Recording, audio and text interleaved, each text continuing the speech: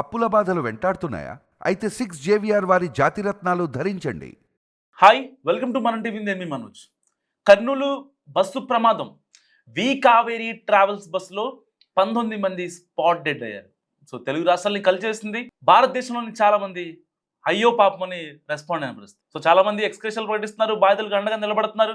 ఇటు ప్రభుత్వాలు కూడా సో బాధితులకి ఏ రకంగా చికిత్స అందించాలి, ఇంకా ఎవరైతే బాధిత కుటుంబాలు ఉన్నాయో వాళ్ళకి ఎక్స్‌క్రేషన్లు కావచ్చు, అన్ని రకాలుగా అలర్ట్ అయ్యి చూసుకుంటున్నాయి. ఇలాంటి నేపథ్యంలో encounter specialist VC Sajjanar, CP VC Sajjanar ఎవరైతే ఉన్నారో ఆయన ఒక సెన్సేషనల్ ట్వీట్ చేశారు. సో వీళ్ళు మనుషులు కాదు టెర్రరిస్టులు అంటూ ఆయన ట్వీట్ చేశారు. ఎవరిని ఉద్దేశించి ఆయన ఈ మాట్లాడినారంటే, ఎవరైతే శంకర్, ఎర్రిస్వామి వీళ్ళిద్దరు ఉన్నారో, బైకర్స్ ఎవరైతే ఇద్దరు ఉన్నారో, సో శంకర్ ఆల్రెడీ చనిపోయాడు.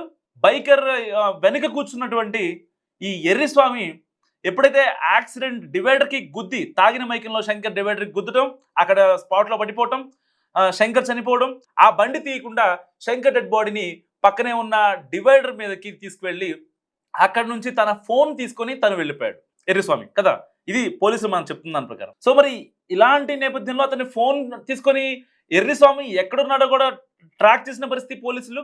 ఈ ఇష్యూపై 19 మంది సజీవ దహనమైన ఈ ఘటనలో ఇప్పుడు తొలిసారిగా వీసీ సజ్జనర్ రెస్పాండ్ అయ్యారు. ఎట్టి పరిస్థితుల్లో వాళ్ళని ఎన్కౌంటర్ చేయాలంటూ కూడా ఆయన ఇండైరెక్ట్ గా హింట్ ఇచ్చిన పరిస్థితి. సో మరి వీసీ సజ్జనర్ డైరెక్ట్ గా చెప్పలేక ఇండైరెక్ట్ గా మాట్లాడారా అన్న అనుమానాలు కూడా ఆయన ట్వీట్ వెనుక లేకపోలేవు. ఎందుకంటే టెర్రరిస్టులు వాళ్ళ జల్సాల కోసం, వాళ్ళ ఆనందాల కోసం ఇంతమందిని బలి తీసుకుంటారా అంటూ ఆయన చేసిన ఎమోషనల్ ట్వీట్ నిజంగా తెలుగు రాష్ట్రాలని కలిసివేస్తుంది. ఒకవేళ ఆయన ట్వీట్ గురించి మీరేమనుకుంటున్నారో మస్ట్గా కామెంట్ చేయండి. ఆయన టెర్రరిస్ట్ని సంబోధించాడు. టెర్రరిస్టులకి ఈ భూమి మీద, భరత మాత గడ్డ మీద ఉండాల్సిన అర్హత లేదు అంటూ ఆయన ఇండైరెక్ట్ గా సంబోధించాడా అన్న అనుమానాలు కూడా వ్యక్తమవుతున్నాయి. సో మరి ఇలాంటి నేపథ్యంలో వాళ్ళని, ఎవరైతే దొరికిన వాళ్ళని, ఎర్రిస్వామిని ఎన్కౌంటర్ చేయాలో వద్దో కూడా మీరు మస్ట్గా కామెంట్ చేయండి. అండ్ ఎన్కౌంటర్ స్పెషలిస్ట్ సజ్జనర్ చేసిన వ్యాఖ్యలతో ఏపీ పోలీస్ యంత్రాంగం కూడా అలర్ట్ అయింది.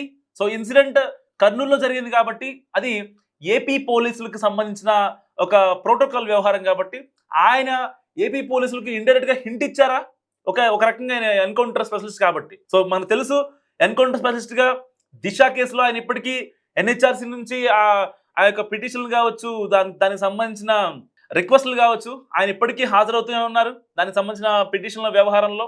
సో అయినా సరే ఆయన ఆ రోజున ఆ స్ట్రాంగ్ అండ్ డేరింగ్ డెసిషన్ తీసుకున్నారు. నిజంగా ఆ రోజున 5-6 కీచకులు కలిసి ఒక అమ్మాయిని చెరిచేస్తే ఎన్కౌంటర్ చేసిన పరిస్థితి.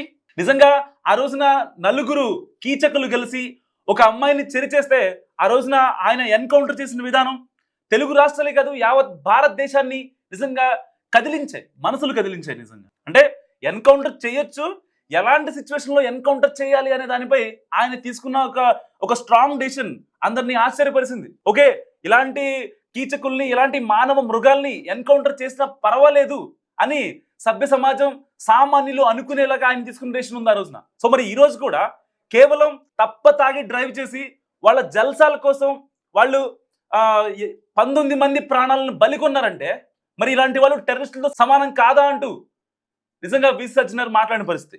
సో మరి ఇలాంటి నేపథ్యంలో సజ్జనర్ వ్యాఖ్యల్ని మనం సీరియస్గా తీసుకోవాలా లేదా? మరి ఆయన అన్నట్టు టెర్రరిస్టులు అంటే నిజంగా దేశంలో వాళ్ళకి జీవించే హక్కు లేదు, బ్రతికే హక్కు లేదు. మరి అలాంటి వాళ్ళని ఏం చేయాలి? మీరేమనుకుంటున్నారో మస్తుగా కామెంట్ చేయండి. చూస్తూనే ఉండండి మన టీవీ.